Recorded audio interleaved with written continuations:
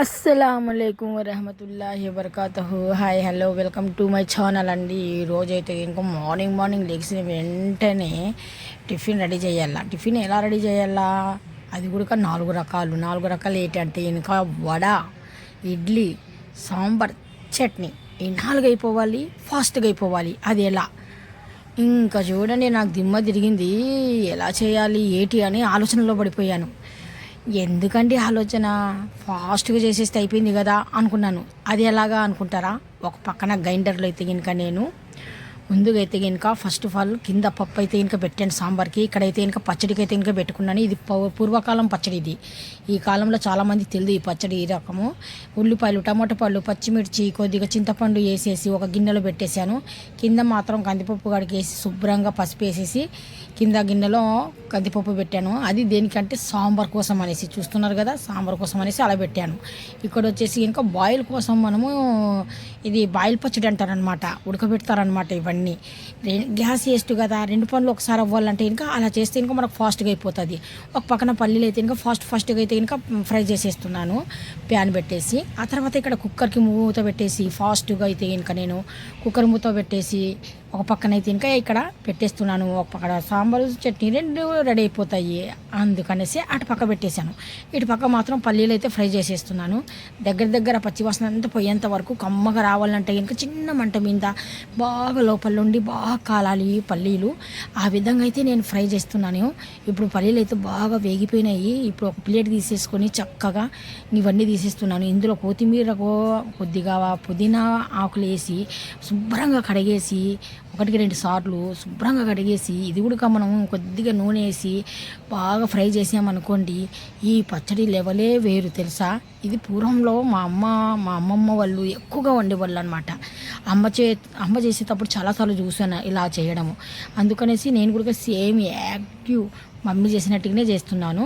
చూస్తున్నారు కదా, ఇక్కడ కొత్తిమీర పుదీనా రెండు వేసాను. ప్యాన్ పెట్టింది బాగా వేడి మీద కాకుండా చిన్న మంట మీద ప్యాన్ బాగా వేడెక్కిన తర్వాత కొద్దిగా ఆయిల్ వేసేసి బాగా ఫ్రై చేసేస్తున్నాను. కలర్ కూడా అసలు చేంజ్ చేయకూడదు. అది చూస్తున్నారు కదా, పచ్చి వాసన పోతే చాలు. ఇంకా ఒక పక్కన మాత్రము ఇడ్లీ పాత్ర అయితే తీసుకున్నాను.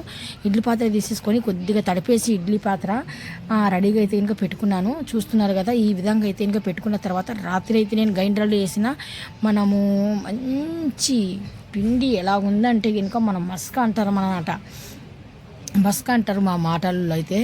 అలా ఉంది తెలుసా, దూది ఇలాగ ఉంది, తెల్లగా ఉండేసి బాగా సోయ్ అంటారు కదా, ఆ టైప్ ఉంది అనమాట. కొద్దిగా గట్టిగా కనిపించింది పిండి. గట్టిగా కనిపిస్తే కనుక కొద్దిగా వాటర్ వేస్తే లూజ్ అయితే కనుక ఇడ్లీ అనేది స్వాంజీగా మెత్తగా దూదుల్లాగా వస్తాయి. అందుకనేసి చక్కగా కొద్దిగా వాటర్ వేసేసి చక్కగా ప్లేట్ల నిండగా నింపేసాను. ఫాస్ట్గా నింపేసి కింద గిన్నె చూస్తే నల్లగా కనిపించింది. చిన్న ముక్క టమాటా, ఇది లెమన్ ఉంది కదా, నిమ్మకాయ తీసుకొని ఫాస్ట్గా చిన్నగా కటింగ్ చేసేసి కింద పడేసాను. ఒక చెంబు నీళ్ళు పోసేసాను. ఆ తర్వాత మొత్తం ప్లేట్లలో అంతా ఇడ్లీ అయితే ఇంక పెట్టేసి ఇడ్లీ పిండిని పెట్టేసి మూత మూసేసి హై మీద పెట్టేసి వదిలేస్తున్నాను. 25-30 నిమిషాలు మాత్రం కంపల్సరీ ఉండాల్సిందే. హై మీదనే పెట్టేస్తున్నాను. ఇంకా గిమ్ము ఏం లేదు. ఒక పక్కన చూస్తే ఇంకా టీ పెట్టేశాను, ఒక పక్కన చూస్తే ఇంకా జావా పెట్టేశాను. చూస్తున్నారు కదా, అస్సలు బిజీ లైఫ్ అనుకోండి. ఇంకా అలాగేలా కాదు మరి. ఇంకా మనకు 7:30-7 లోపే అయిపోవాలి. కాయగూరలు కూడా రెడీగా అన్నీ నేను చక్కగా అన్నీ రెడీగా పెట్టేసుకున్న తర్వాత ఇంకా సాంబార్లో అయితే ఇంకా ఇవన్నీ కాయగూరలు వేస్తేనే కదా చాలా రుచిగా ఉంటుంది. కొద్దిగా కారం పొడి వేసాను, చింతపండు పులుసు కూడా యాడ్ చేసేసాను, కారం ఉప్పు కూడా టేస్ట్కి సరిపోయేట్టుగా అయితే తీసుకున్నాను. చూస్తున్నారు కదా, ఆ తర్వాత చివరిలో ఏమి వేయాలి, సాంబార్ పొడి మాత్రం అస్సలు మర్చిపోకూడదు. సాంబార్ పౌడర్ కూడా ఇందులో యాడ్ చేసేస్తున్నాను. ఇందులో తర్వాత కొద్దిగా మళ్ళీ వంకాయ వేస్తే ఇంకా బాగుంటుంది కదా అనుకున్నాను. మళ్ళీ వంకాయలు తీసుకొని వచ్చి మళ్ళీ వంకాయలు కూడా ముక్కలు చేసేసి చాలా సాంబార్లో అయితే ఇంకా వేసేసాను. ఇన్ని రకాల కాయగూరలు వేస్తే సాంబారు చాలా కమ్మగా ఉంటుంది, రుచిగా ఉంటుంది. మిగిలితే మధ్యాహ్నం భోజనంలో రైస్లో కూడా కలుపుకొని తినొచ్చు.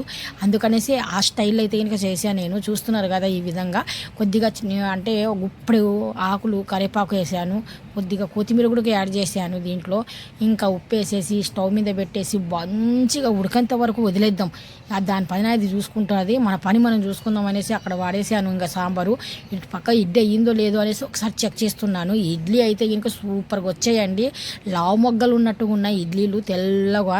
ఇక టీ కూడా అయిపోయింది. ఇంకా నేనైతే బ్రష్ అయితే అయిపోయింది. ఇంకా అందుకనేసి టీ అయితే ఇంకా తాగేద్దాం అనేసి టీ అయితే వేసుకున్నాను, గ్లాసులో తాగేసాను ఫస్ట్గా. ఆ తర్వాత ఇంకా బాయిల్ చేసిన పచ్చడి టమాటా పండ్లు ఇవి తీసుకొని మిక్సీ జార్లో వేయడం కన్నా మనం ఇలాగా చెప్పాను కదా, పూర్వంలో మా అమ్మమ్మ వాళ్ళు ఇలాగే చేసేవాళ్ళు అనేసి ఇలాగా అయితే ఇంకా బాగా వేడి మీద బాగా నలుగుతుంది అనేసి తీసుకొని ఇంకా మనము పప్పు గిత్తి తీసుకొని ఎలాగ రేపుతామో ఆ విధంగా అయితే ఇంకా ఇక్కడ చకచకా తిప్పేస్తున్నాను, గైండడి తిప్పేసినట్టుగా ఒక పక్కన.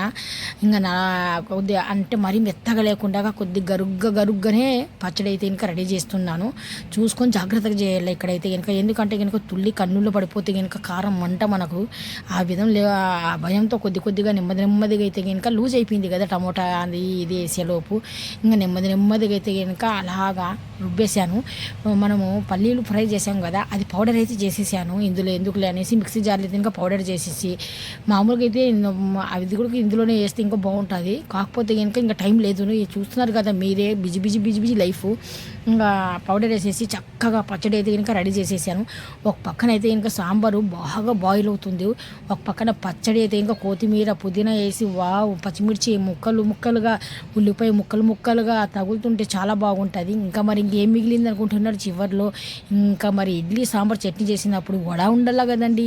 ఆ తర్వాత ఇంకా ఏం చేశాను, మినపప్పు ఒక గంట ముందే నానబెట్టేసానండి. ఐడియా మీద మినపప్పు నానబెట్టేసి మా అక్క ఇచ్చిన గ్రైండర్ ఉంది కదా, నాకేం భయము, మా అక్క ఇచ్చిన గ్రైండర్ ఉంటే ఇంకా తక్కువ తీసేసాను. పప్పు అయితే ఇంకా వేసేసాను శుభ్రంగా కడిగేసి.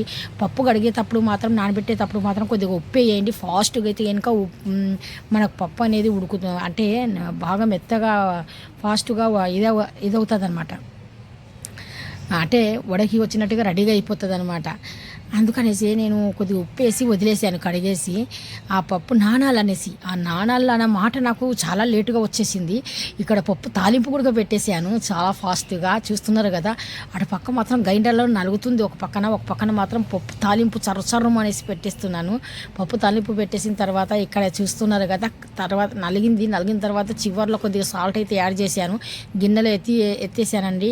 ఇంకా మనకి పేపర్ ఏమీ లేదు, పాల కవర్ అది ఇది, మొక్కజొన్న పేపర్ ఉంది కదా, మొక్కజొన్న ఇది ఉంది కదండి ఆకు, ఆ లీఫ్ తీసేసుకున్నాను. చక్కగా తీసేసుకొని చేతి కొద్దిగా వాటర్ తగిలించుకొని చకచకా మనము ఇంకా మినపప్పు వడలు అయితే ఇంకా రెడీ అయిపోతున్నాయి. ఎంత చక్కగా వచ్చేస్తున్నాయి అంటే ఇంకా సూపర్ డూపర్గా వచ్చేస్తున్నాయి అనుకోండి. ఇంకా ఇలా కాదు, ఇంకా మా ఇంట్లో ఈరోజు పండగ. ఎందుకంటే ఇంకా ఇడ్లీ వడ సాంబార్ చట్నీ ఒకటే రెండా, మళ్ళీ చూస్తున్నారు కదా బిజీ లైఫ్ అంతా. ఆ ముందు నూనె అయిందా లేదని చూశాను, ఆ తర్వాత నూనె అయ్యింది, ఒక వడ అయితే వేసాను, మళ్ళీ సెకండ్ వడకి రెడీ చేసేస్తున్నాను. చూస్తున్నారు కదా, ఇలాగైతే ఇంకా ఒక ఆకు తీసేసుకొని ఇంకా చక్కగా కొద్దిగా తేమ తగిలిచ్చేసి వాటర్తో ఇలాగైతే వన్ బై వన్ అన్నీ వేసుకుంటూ వెళ్ళాను చక్కగా. మరీ చిన్నగా కాకుండా మరీ పెద్దగా కాకుండా మీడియం సైజులో అయితే ఇంకా వడలైతే ఇంకా రెడీ చేసేస్తున్నాను.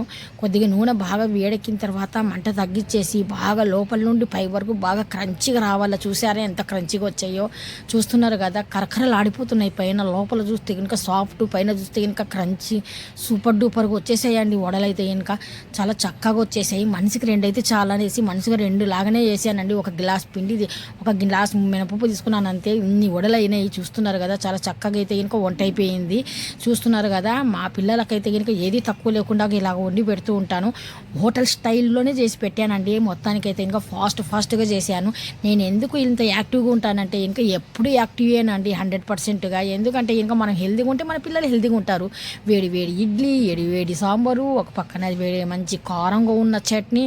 చూస్తున్నారా, ఇంకా ఇడ్లీలు కూడా తీసి చూపిస్తాను మీకు చక్కగా. గిన్నె చూసారా, నల్లగా ఉన్న గిన్నె తెల్లగా అయిపోయింది. అలాగా మీ గిన్నెలు కూడా నల్లగా ఉంటే కనుక చిన్నది నిమ్మకాయ ఉంటే కనుక వేసేయండి. కుళ్ళిపోయిన నిమ్మకాయ ఉన్నా పర్వాలేదు, తాజాది ఏం అవసరం లేదు. ఇక్కడ చక్కచక్క తీసేసాను స్పూన్తో, ముందుగానే తీసి పెట్టుకున్నాను ఇడ్లీలు అయితే కనుక, ఎందుకంటే లేట్ అవ్వకూడదు అనేసి. ఆ తర్వాత ప్లేట్ మీద ప్లేట్ గుద్ది తీసి వేసేస్తున్నాను ఒక ప్లేట్ తీసేసుకొని. ఈ వీడియో డెఫినెట్గా మీకు అందరికీ నచ్చే ఉంటుంది. నచ్చినట్టుగా అయితే లైక్ చేయండి, షేర్ చేయండి, కామెంట్ చేయండి, సబ్స్క్రైబ్ అసలు మర్చిపోకండి. ఎందుకంటే మెత్త మెత్త ఇడ్లీలు, ఒక మంచి మంచి కారం కారంగా ఉన్న చట్నీ, మన క్రంచీ క్రంచీ సాఫ్ట్ ఉన్న వడలు ఇవన్నీ చూపించాలంటే ఎవరు చూపిస్తారండి, నేను తప్ప. అందుకనేసి వేడి వేడిగా సాంబారు, ఈ సాంబార్లో ముక్కలు, ఆ ముక్కలు అంటే ఏ ముక్కలు అనుకుంటున్నారు, టమాటా ముక్కలు, వంకాయ ముక్కలు, ఉల్లిపాయ ముక్కలు, మునక్కాడ ఇవన్నీ వేసి చేసాం కదా, మంచి గుమగుమలు ఆడిపోతుంది అనుకోండి. అలాగేలా కాదు, సూపర్ డూపర్ ఉంది. చూస్తున్నారా, నోరు ఊడిపోతుంది కదా. మీకు గుడక ఇప్పుడిప్పుడే చేసుకోవాలనుకుంటున్నారు కదా. Thank you so much.